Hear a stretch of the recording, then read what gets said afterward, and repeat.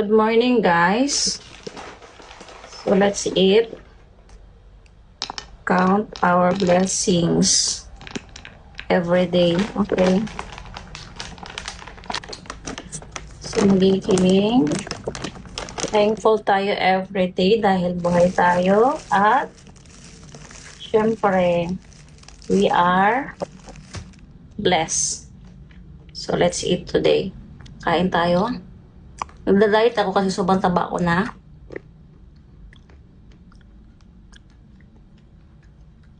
Hindi po ako kumakain ng kanin.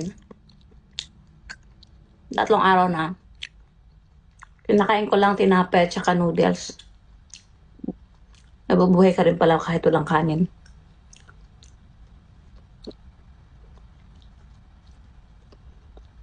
Yan na, daughter.